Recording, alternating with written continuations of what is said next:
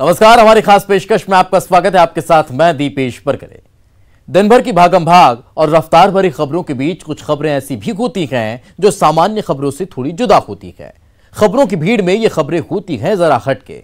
आज के इस खास शो में दिखाएंगे एक बुजुर्ग को नई जिंदगी मिलने की पूरी कहानी। बताएंगे कैसे एक शिक्षक आदिवासी गांव में फैला रहा है शिक्षा का उजियारा। मिलाएंगे परिंदों के अन्नदाता बने किसान से। ड्रोन से फसलों की बुआई की तस्वीरें भी आपको दिखाएंगे और मेवा के बने हुए महाकाय यानी कि गणपति के दर्शन भी कराएंगे। तो फिर देर किस बात की, चलिए शुरू करते हैं हमारी खास पेशकश खबरें जरा हटके।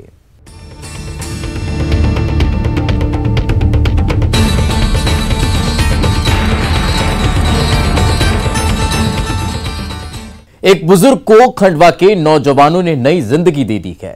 सरकारी अस्पताल के बाहर पिछले 6 महीने से ये बुजुर्ग भिखारियों जैसी जिंदगी गुजार रहे थे। घर वालों ने इन्हें मृत मान लिया था, लेकिन जब बूढ़े पिता को जिंदा देखा तो बेटे की आंखों से खुशी के आंसू छलक पड़े। बिल्कुल फिल्मी अंदाज की यह कहानी बेहद दिलचस्प है और मानवता की मिसाल भी।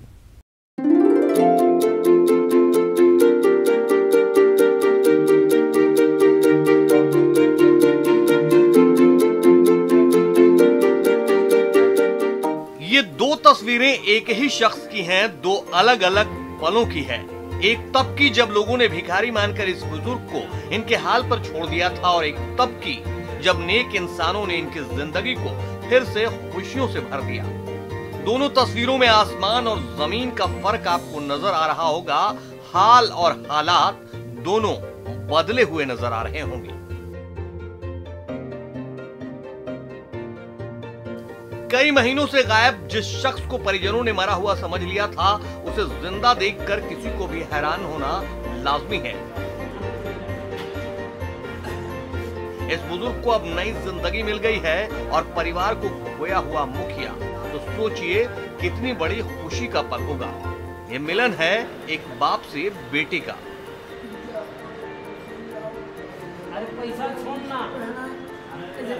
नहीं, 5-6 महीने से गया। उम्मीद तो लॉकडाउन की वजह से छोड़ दिए थे, लेकिन आप लोग उसको सेवा जतन करके हमको बहुत खुशी दिया। इसके लिए हम आप लोग को धन्यवाद देते हैं। पिताजी अपने गांव ले जाएंगे फिर से, हाँ, पुराने दिन फिर से पिताजी को गांव ले जाएंगे और जितना सेवा हो सके पूरा सेवा करेंगे। दरअसल इन तस्वीरों के पीछे एक पूरी फिल्मों जैसी कहानी है।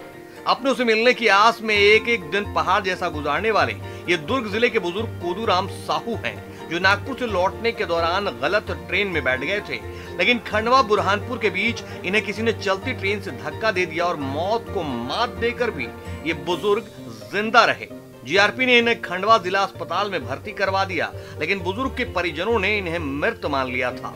अस्पताल के बाहर ही 6 महीने से ये भीख मांगकर गुजारा कर रहे थे। आखिरकार अमजद नाम के एक युवक की इस बुजुर्ग पर नजर पड़ी। उनसे हॉस्पिटल में अपने परिचित से मिलने आया था, तो मुझे वहाँ पर ये दादा परेशान हालत में दिखे।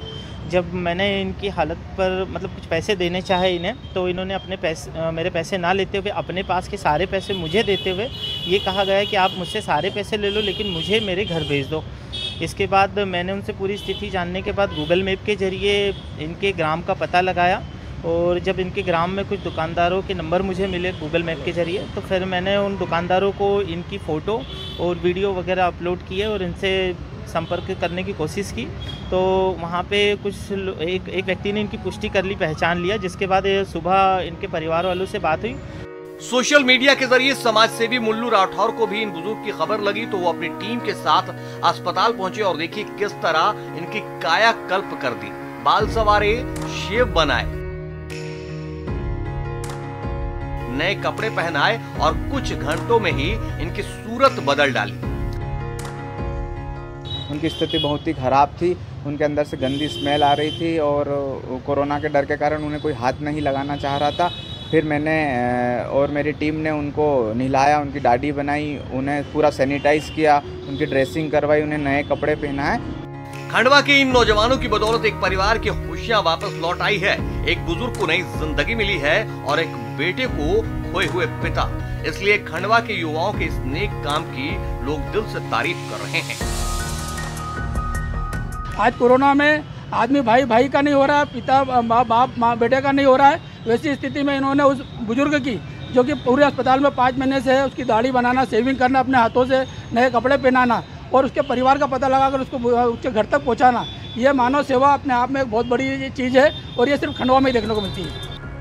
खंडवा के इन युवाओं ने मदद की जो मिसाल पेश की है, उससे एक बार फिर यह साबित हुआ है कि मानवता से बड़ा कोई धर्म नहीं। हरेंद्र नाथ ठाकुर, न्यूज़ 18 खंडवा। रायसेन के आदिवासी बहुल इलाके में मोबाइल नेटवर्क न होने से ऑनलाइन क्लास लगाना बेहद मुश्किल था, लेकिन नामुमकिन जैसा भी था। इसलिए सरकारी स्कूल के एक शिक्षक खुद के खर्च से 5 अलग अलग जगह सोशल डिस्टेंसिंग का पूरा ख्याल रखते हुए घर में ही बच्चों की पाठशाला लगा रखे हैं, ताकि आदिवासी भील जाति के बच्चे पढ़ाई से पीछे न रह जाएं।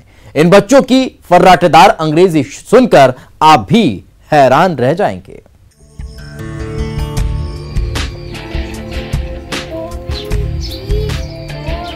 कोरोना वायरस न फैले इसलिए स्कूलों की तरफ से ऑनलाइन पढ़ाई करवाई जा रही है, लेकिन रायसेन मुख्यालय से 45 किलोमीटर दूर घने जंगल में पहाड़ों के बीच बसे आदिवासी भील गांव सालेगढ़ में सड़कें नहीं हैं तो मोबाइल नेटवर्क क्या होगी।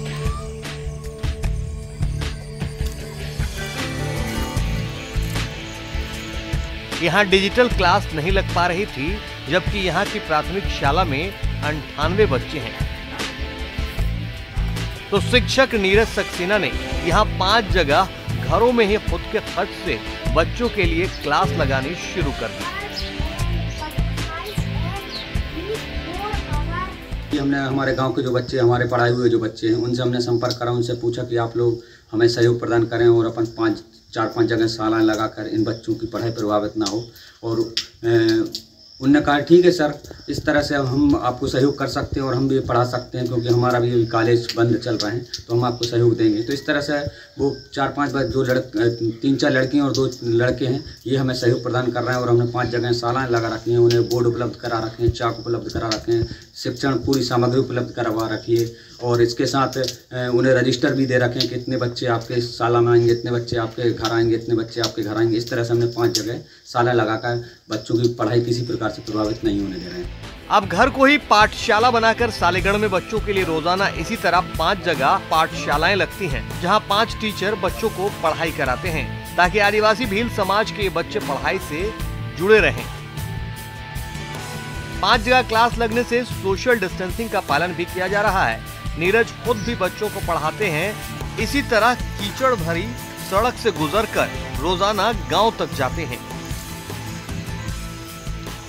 डिजिटल ऐप के माध्यम से तो पढ़ाई नहीं की जा सकती, क्योंकि यहाँ पर किसी के पास एंड्रॉयड मोबाइल नहीं है, ना नेटवर्क की समस्या है, नेटवर्क मिलता नहीं है, तो इस वजह से उसके माध्यम से पढ़ाई नहीं हो सकती। इसलिए हमने ये व्यवस्था देखी कि क्यों ना अपन घरों घर ऐसी शालाएं लगा लें जिसके माध्यम से बच्चे पढ़ाई कर सकें। बच्चों को पढ़ाने वाले जो अलग अलग शिक्षक हैं वो भी खुद स्टूडेंट हैं, लेकिन कॉलेज बंद है इसलिए नीरज सक्सेना के साथ इस नए मिशन में जुड़ गई हैं। कहती हैं बच्चों को पढ़ाने का अनुभव भी मिल रहा है और कुछ पैसे भी मिल जाते हैं।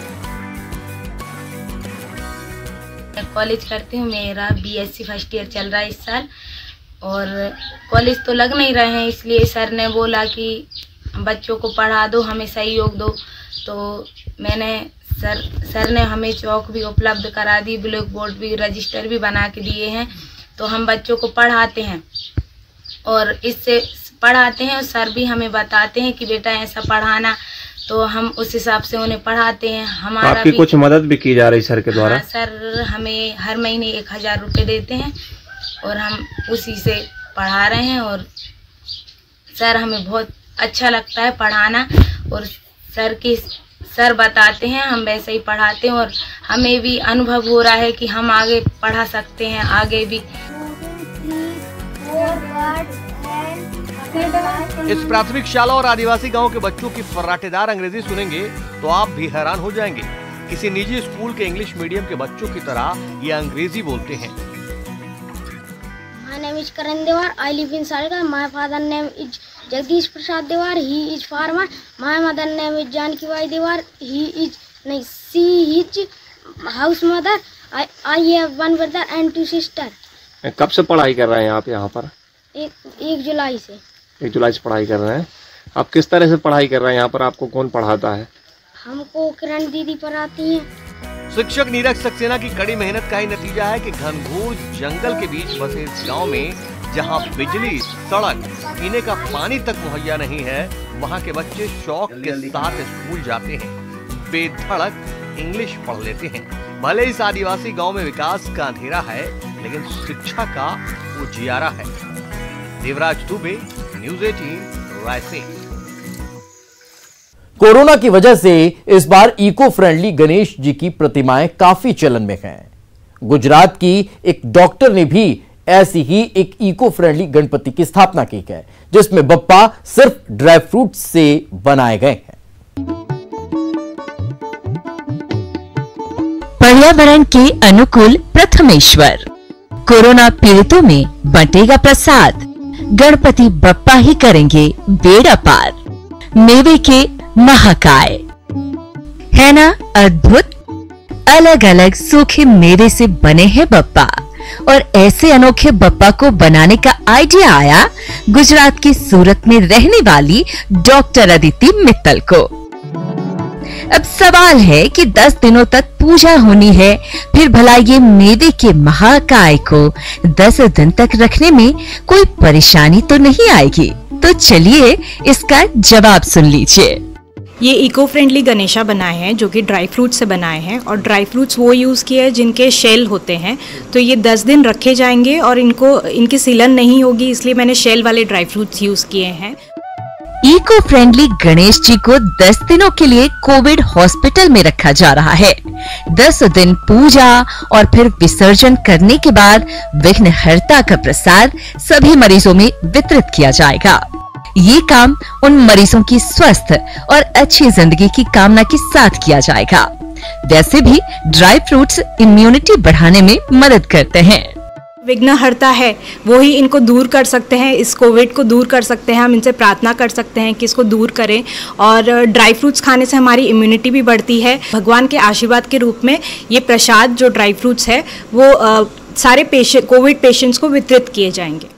बता दें कि इस इको फ्रेंडली गणेश जी को 511 ड्राई फ्रूट से बनाया गया है.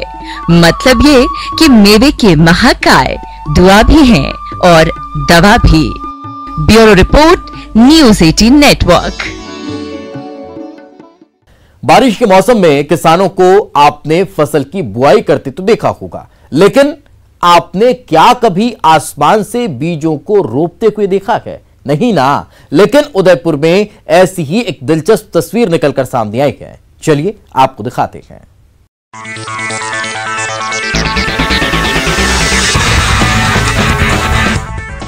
आसमान से डाला जा रहा बीज. एक साथ कई किलो बीज लेकर उड़ा ड्रोन. पलक झपकते हो गया बीजारोपण. ड्रोन से बिखर रहे हरियाली के बीच नवाचार को नमस्कार. जी हां, अब तक आपने सुरक्षा एजेंसियों को ही ड्रोन उड़ाते देखा होगा,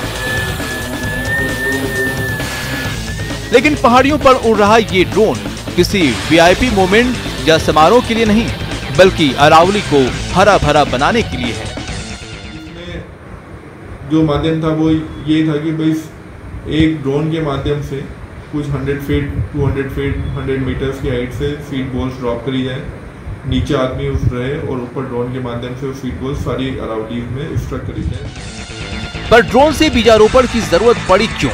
दरअसल पहाड़ों पर पौधारोपण आसान नहीं होता, इसलिए पहाड़ियों पर हरियाली बढ़ाने के लिए प्राकृतिक तरीकों को अपनाया जाता है. पहाड़ों पर उगने वाले पौधों के बीज तैयार किए गए. बीज का गोबर चिकनी मिट्टी के साथ मिलाकर इनको छोटी छोटी बॉल का रूप दिया गया. इसके बाद इन बॉल्स को ड्रोन से पहाड़ी की चोटियों पर फेंका गया. बारिश होने पर ये बीज उगेंगे और कुदरती तौर पर जंगली पौधों के बीच बढ़ते रहेंगे. नॉन रीचेबल हाइट्स की हमारी पहाड़ियाँ हैं जहाँ पर आदमी जाकर पैदल मतलब खड्डे खोद कर प्लांटिंग नहीं हो सकती या फिर वहाँ जहाँ सीड सोइंग नहीं हो सकती है, वहाँ पर किस माध्यम से हरियाली फैलाई जाए, इसका प्रमुख उद्देश्य वही था कि how to green Aravallis. Corona काल में वन विभाग का नवाचार हर जुबान पर है और क्यों न हो, अरावली की जिन पहाड़ियों पर पौधारोपण असंभव मान लिया था, वहाँ हरियाली के बीज जो खिलने लगे।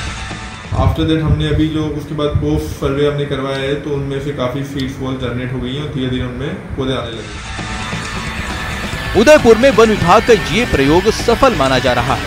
ऐसे में आने वाले समय में सीड्स बॉल तकनीक से बड़े पैमाने पर पौधारोपण की कवायद शुरू की जा सकती है। न्यूज़ 18 राजस्थान के लिए उदयपुर से कपिल श्रीमाली की रिपोर्ट। अब बात परिंदों के उस किसान दोस्त की जिन्होंने न सिर्फ अपने खेत की फसल पक्षियों के नाम कर दी, बल्कि अब दूसरों को भी पक्षियों के कल्याण के लिए जागरूक कर रहे हैं। एक ऐसा अन्नदाता है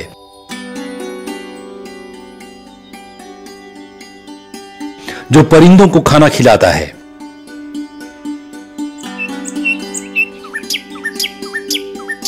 लहलहाती फसल और अपनी मस्ती में चहकती चिड़िया। खेत में लहलहाती इस फसल पर हक सिर्फ इन्हीं पक्षियों का है। आपको सुनकर थोड़ा अजीब लग रहा होगा, लेकिन सच यही है कि इस फसल को पक्षियों के नाम किया गया है ताकि इन्हें भूख मिटाने के लिए ज्यादा भटकना न पड़े। राम जी की चिड़िया, राम जी का खेत, खा लो चिड़िया भर भर पेट।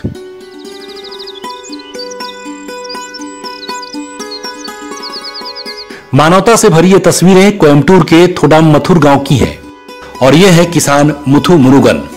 इन्होंने ही परिंदों के लिए बाजरा उगाया है। मुरुगन अपनी 4 एकड़ जमीन में खेती करते हैं और इसमें से आधा एकड़ जमीन में ये सिर्फ परिंदों के लिए ही फसल उगाते हैं।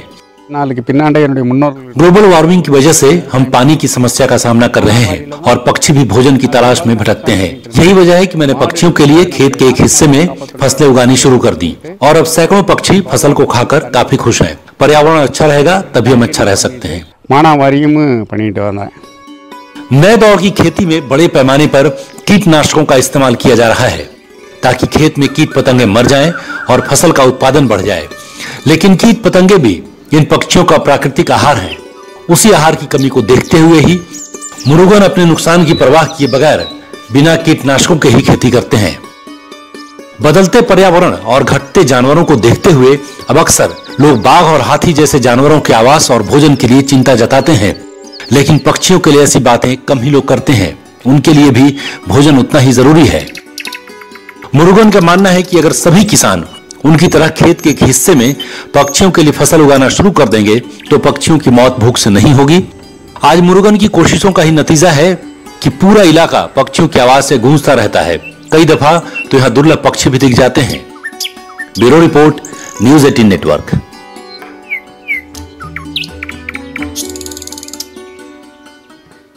जंगल में जंगली जानवरों का राज होता है, लेकिन जंगल या जू के जानवर जब शहर में आ जाए तो सोचिए हाल क्या होगा। शहर में एक बार फिर इंसान और जानवर की भिड़ंत होती नजर आई। मामला ओडिशा का है, जहां एक जंगली भालू शहर में घुस आया। फिर क्या था, पल भर में ही पूरे शहर में हड़कंप मच गया।